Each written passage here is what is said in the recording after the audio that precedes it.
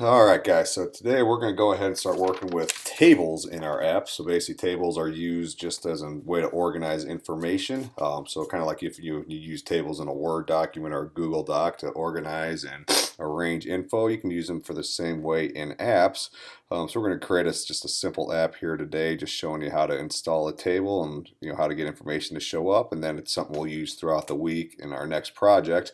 But we'll start off with a basic one and build it together. So with Xcode up and running, we're going to create a new Xcode project, keep it as a single view app, and we'll call this one to-do list. So we'll make an app that has a list of things we need to do to help keep us on schedule. We'll click on next, we'll create it, and then we'll get going here. So let's go to our main storyboard to begin.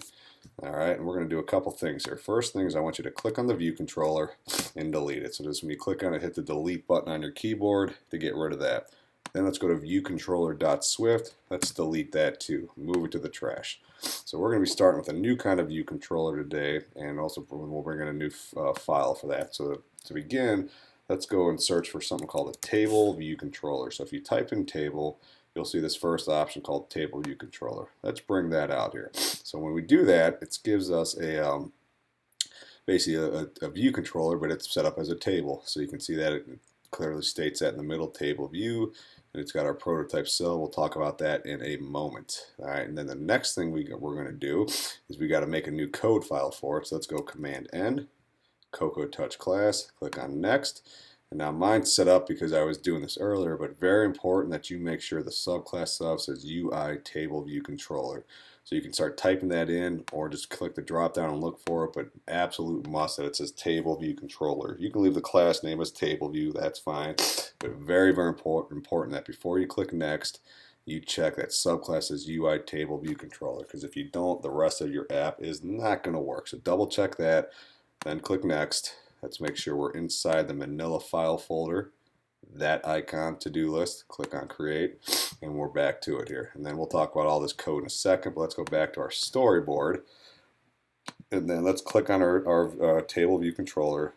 Let's go to our identity inspector, and let's hook up this table view controller to our Swift file. So in this here, let's just start typing in table view. Make sure that we tab off of that, so our class is now table view controller, and we're ready to work through that. Okay, so very important steps there. That again, so we brought out our new storyboard, a table view controller, made the new class, and then hooked up the new table view controller to that class file. All right, so now the next thing we'll do is just a couple appearance things. Let's embed this in a navigation controller. So let's go to editor, embed in, and then navigation controller. Okay, so just like we did with our segues. Then we need to come back. So with this setup like that, let's click on our attributes inspector. Let's click on is initial view controller. So we get that arrow right there, because if not, your app won't load. All right, so we got that going on. Let's see here. Let's go ahead and let's set the title of our navigation bar. So we click on that. We can go, sorry about that. We can come over here to title. We can just say to-do list. All right, just gives us a little more focus on what this app's all about. And then one final thing is we've got a warning up here. So what the warning is saying is that we need to set a, if we click on it, it says prototype table cells must have a reuse identifier. So to basically, we'll talk about what that means in a moment, but to fix the warning, click on this white rectangle, this white cell. All right, and then when you do that, we're going to come over to identifier. We're just going to type in the word cell there, lowercase C-E-L-L. That gets rid of the warning or dismisses it. But basically, that is, we'll talk about what that is in a moment here, but let's just take a look at what this table view looks like. So as that's loading up, we basically have done the initial setup step. So we've got our app ready to go. The next thing we'll do is we'll set up all the code to kind of, we'll be able to tell this, get items in our to-do list that we can keep track of here. But basically what a table view is going to do, it's going to take this root cell here and just use it over and over, make a bunch of rows. So it's not going to be a column table per se, but it's just going to be a bunch of rows with information. All right, so once this loads up, you'll see what I'm talking about. So here's our app. And there we go. So you can see we got these different rows. Some are kind of spaced differently here, but we're going to populate those rows with information. So as you scroll down, you can see it's kind of a never-ending amount of rows. We'll fix that here, but that's just what what it looks like here as it loads up. So I'll stop that. We'll come back to our code here. All right, so let's get to work. Okay, so we're going to go into side table view controller.swift. And before we start coding, let's clean some things up. So let's go ahead and let's delete did receive memory warning. Never going to use it. Let's just delete that. So now, since this is this table view controller is a subclass of UI table view, it's going to give us all these table view methods that we could use. Don't have to use them, all right, but there's some that we are going to. So what we're going to do is we're going to get rid of some of this. So come down where it says mark table view data source. We're going to keep this one. We're going to keep this one, and we want to use this third one here. So to use this one, all we need to do is come here and delete that symbol and delete that one. Okay, so we're going to use 1, 2, and 3. We can get rid of all this other junk down here. Not that it's junk, we just don't need it for this problem. So we're going to delete right to about here. All right, and then we'll just delete that. Make sure we keep that curly brace here. All right, and then we're all good to go. So we've eliminated all the extra stuff. We can just focus on what we want to use. So a table view obviously needs information. So for our sense here, we need to create some items of things we need to do. So we're going to, up top here, we're going to create an array. So what an array is basically it's a way to store information in our code. So we store more than one item, not just one thing. So we're going to create a variable called to do items. And we'll go equal sign. And now to make an array, you're going to put it inside 2 square brackets, not curly braces, the square one. Square brackets are on the same key as the curly braces. All right, so just put those 2 brackets there. Now what I want you to do is just type in 3 strings of 3 things you need to do. So let's say study for test, do homework. I'm sure you guys all have that on your list, and sleep. Okay, so those we'll just cap it at 3 for right now. So we're storing our 3 things to do in our to-do items array. Okay, so now we're going to come down a little bit. We're going to work with our data source. Basically, we need to get the data into our table. So the first one is number of sections. So how many sections will our table be? It's going to be 1. Okay, we're not going to have multiple sections. We're just going to have 1 section of information. That's going to be based on the number of the things that are in here. Okay, so change this to 1. Next one, number of rows and sections. So we have 1 section. How many rows do we want it to be? So basically we're going to have a row for each of these items. So we're going to have 3 rows. So we could type in 3.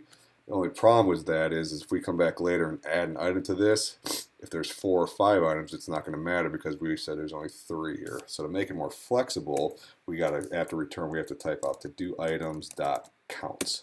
So what that does is that it takes whatever the size, it counts the number of items in the array, and it'll make that many rows. So it could be 10, 20, it doesn't matter because as long as we have dot count, it's going to count whatever's in there, and it will make that many rows in our table view. Okay, so it makes it very flexible, easy to work with. And then the final one we have to work with is cell for row at index path. So this one basically determines exactly specifically what words, what text is going to go in there. So when we go to our storyboard, again, right now we got these blank cells. Okay, so when you click on that, and then you get table view cell. Okay, so again, to get there, we click under that.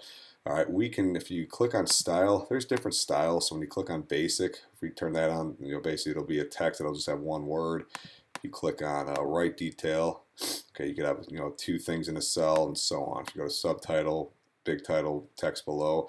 For right now, let's just leave it at basic. Okay, but the word titles are going to be replaced by our things in our to-do list. All right, so to do that, they've started us off here. They've made a constant called cell. And that cell is going to be what we code to show our information. So what I want you to do is come down a little bit to where the text I'm highlighting that says reuse identifier. We need to delete that and type in the word cell. All right, so that cell is going to refer to, if you remember what we did earlier, when we clicked on this cell, we typed in the identifier cell here, that's what we're referring to. So now the code can communicate with that.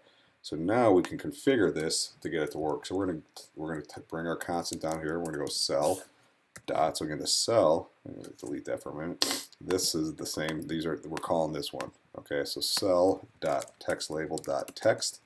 All right, so again, the text label is this. Okay, so we're going to change the text aspect of that, and then we want it to be these 3 things. So we don't have to do 3 different lines of this for each one. Again, just like here, we want it to be flexible. So regardless, so if this goes up to 5, we want this to show all 5 items. So to do that, we just type out to do items, so the array.